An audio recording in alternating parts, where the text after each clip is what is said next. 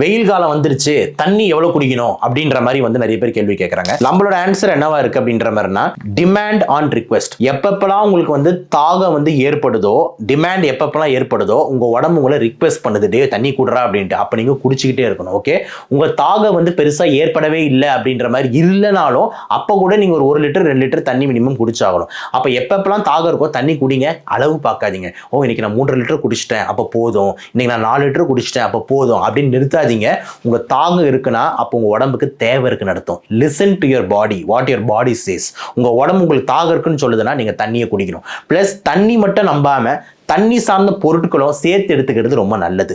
Example வெள்ளரிக்காய், அதே மாதிரி நம்மளோட இளநீர், பதநீர், நுங்கு, முலாம்பழம், இந்த மாதிரி பழங்கள்ல இந்த சம்மர் சீசன்ல தர்பூசணி இதெல்லாம் ஏன் வளையுது?